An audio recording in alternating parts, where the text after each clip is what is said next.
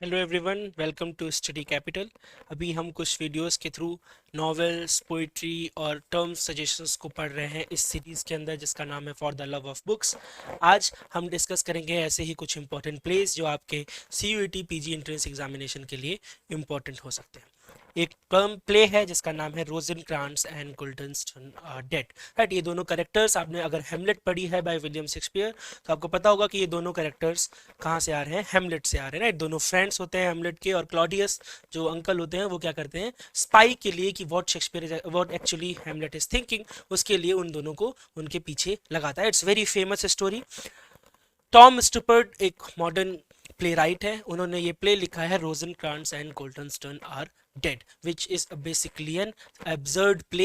Absurdity क्या होती है, विच रिप्रेजेंट एग्जिस्टेंशियलिज्म। राइट, आपने टर्म सुने होंगे एग्जिस्टेंशियलिज्म, निहिलिज्म। राइट, सात का नाम सुना होगा, सात, जीन पॉल सात, जो बहुत फेमस फ्रेंच थ्योरिस्ट हैं।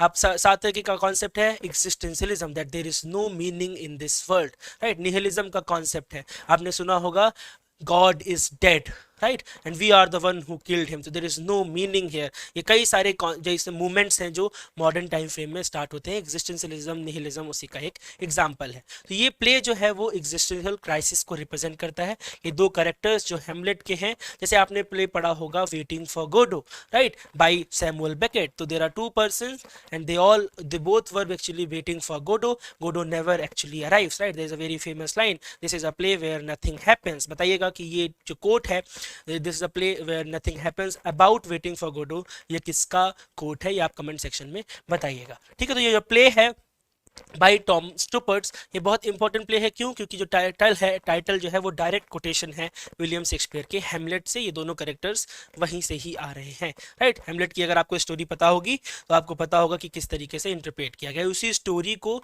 अलग फोर्ड तरीके से एग्जिस्टेंशियल क्राइसिस को दिखाने के लिए टॉम स्टुपर्ट ने इस प्ले को लिखा। आप देखोगे बहुत अच्छे अच्छे रेफरेंसेस हैं। क्वाइन का एक बिल्कुल बिगनिंग में क्वाइन का एक सीन है जहाँ पे 80 टाइम्स 90 टाइम्स वो क्या करते हैं, क्वाइन को उछालते हैं और हर बार हेड ही आता है। राइट, तो it shows the lack of meaning which was there in modern time frame. तो इस ये जो टाइटल है ये डायरेक्ट कोटेशन है विलियम शेक्सपियर के हेमलेट से, जो डेनमार्क के प्रिंस होते हैं। और जो लाइन है इस basically it is delivered in that play by an English ambassador to Horatio. Right, Horatio याद है, होरेशियो को ही जब प्ले विद इन प्ले का कॉन्सेप्ट होता है हेमलेट के अंदर, तो जब होरेशियो पूछता है व्हाट इज दिस, तो जो है हेमलेट रिप्लाई करता है this is a mouse trap. Right, जो प्ले विद इन प्ले है it's a mouse trap. This is a question that they have asked in CUET PG entrance examination कि ये किसको एट्रीब्यूटेड था। राइट, तो होरेशियो को एट्रीब्यूटेड था। और ये जो लाइन थी, ये जो बेसिकली जो है टर्म टाइटल लिया गया है, ये लाइन भी इंग्लिश एम्बेसडर के द्वारा होरेशियो को रिप्रेजेंट की गई थी at the very ending of Hamlet. Right, तो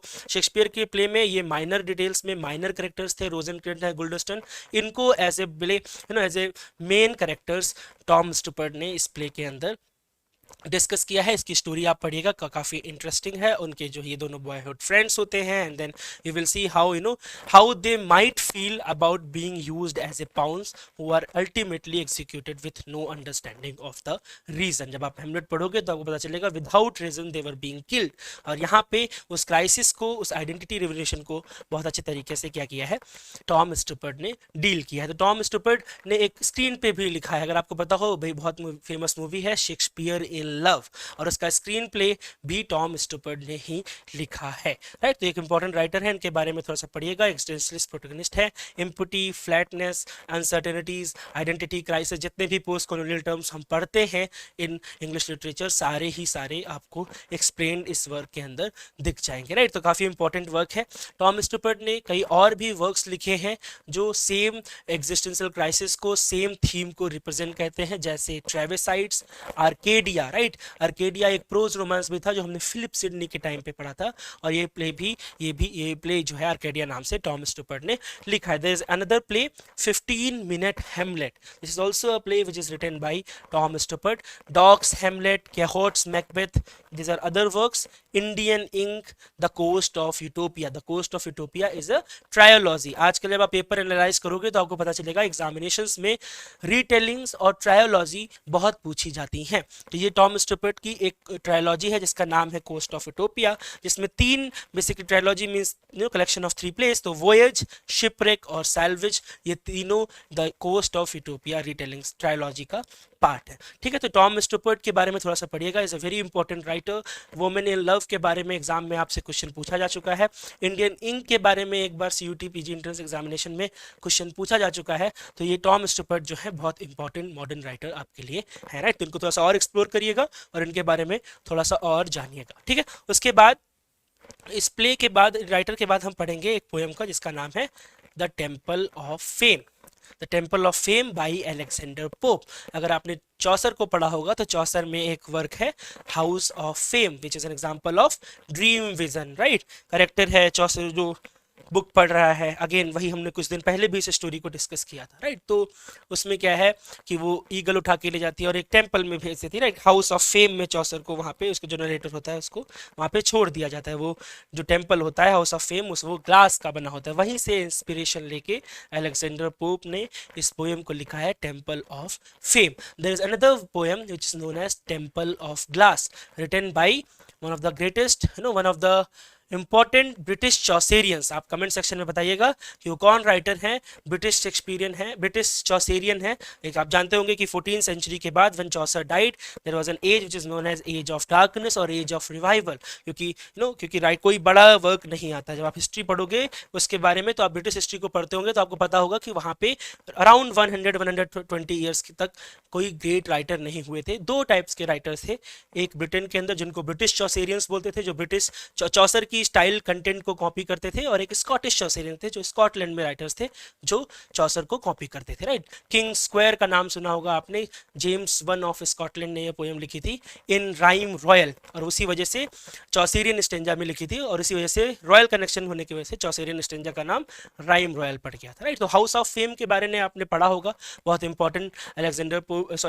चौसर की पोएम है इटालियन फेज की, राइट। चौसर को 3 फेजेस में आप पढ़ते हैं, French influence, Italian influence and then English influence, जहाँ पे कैंटरबरी टेल्स पढ़ते हैं वहाँ पे टेम्पल ऑफ फेम का रेफरेंसेस है और वहीं से इसका टाइटल लिया गया है, राइट। तो अलेक्जेंडर पोप की poem temple of fame. Comment section में बताइएगा कि टेम्पल ऑफ ग्लास किसका वर्क है, राइट। ये 18th सेंचुरी पोएम है बाय अलेक्जेंडर पोप। पोप बहुत फेमस सटायरिस्ट हैं, आपको पता है। Heroic couplet, specially close heroic couplet में जो है इन्होंने कई सारे अपनी पोएम्स को लिखा है। तो ये हाउस ऑफ फेम भी उसी चीज का एग्जाम्पल है। It written in 524 lines which is actually in a form of dream vision. जैसे आपने हाउस ऑफ फेम पढ़ा था, वो भी ड्रीम विजन का एग्जाम्पल था। ड्रीम एलेगरीज, ड्रीम विजन, बहुत सारे एग्जाम्पल्स आप जो है थ्रू आउट कई सारी पोएट्रीज पढ़ते हैं जहाँ पे आपको देखने को मिलता है। तो ये टाइटल याद रखिएगा, the House of Fame a vision which is a sub title of it, written by Alexander Pope, inspired by Geoffrey Chaucer's poem the House of Fame. Okay, then हम एक टर्म के बारे में बात करेंगे इसी वीडियो में जिसका नाम है एलिनेशन इफेक्ट। अगर आपने पढ़ा होगा विक्टर स्लोवस्की को इन फॉर्मलिज्म, तो आपने एक टर्म सुना होगा जिसका नाम होता है डीफेमिलराइजेशन। डीफेमिलराइज कर देना चीज़ों को, दैट मीन्स कि फेमिलर चीज़ों को जब आप रिप्रेजेंट करो तो इस तरीके से रिप्रेजेंट करो कि वो बहुत यूनिक लगे, राइट। नॉर्मल बात, डे टू डे लाइफ को जब आप किसी टेक्स्ट के अंदर रिप्रेजेंट करो तो काफ़ी यूनिक दिखे, with the use of ornament language, with the use of different techniques, figure of speech, किसी भी तरीके से आप यूज़ करो, बस वो चीज़ को जब रिप्रेजेंट करो तो आप डीफेमिलराइज कर दो उन चीज़ों को, right. Alienation effect is actually very similar to this. Bertolt Brecht एक राइटर रहे हैं, अगर आपने मदर ऑफ करेज नाम सुना होगा, right, very famous novel that is written by Bertolt Brecht. उन्होंने ही ये कॉन्सेप्ट दिया था एलिनेशन इफेक्ट का, दैट मीन्स आप एलिनेट कर दो, right. Same notion that we have read in defamiliarization as well, right. जो रशियन फॉर्मुलिस्ट थे विक्टर स्लोवस्की, उन्हीं के डीफेमिलराइजेशन को बर्टोल्ड ब्रेच ने अडेप्ट किया और उन्होंने उसका नाम दे दिया alienation effect, right. Bertolt Brecht is related to epic theatre, right. अगर आपने एपिक थिएटर पता हो, the term that is coined by Piscator, but actually Bertolt Brecht has a great role in that particular theater as well। तो ये term जो है उसको स्ट्रेंजमेंट effect भी बोला जाता है। याद रखना, अलग अलग तरीके से वो नाम दे देते हैं, या तो उसको एलिनेशन इफेक्ट बोलते हैं या फिर स्ट्रेंजमेंट इफेक्ट बोलते हैं। जैसे डीफेमिलराइजेशन को वर्फिम डंक्स इफेक्ट भी बोल दिया जाता है या के इफेक्ट भी बोल दिया जाता है। तो सारे सेम नेम है। ये जर्मन टर्म है जो एक्चुअली स्ट्रेंजमेंट इफेक्ट है, जिसको हम डिस्टेंसिंग इफेक्ट भी बोलते हैं।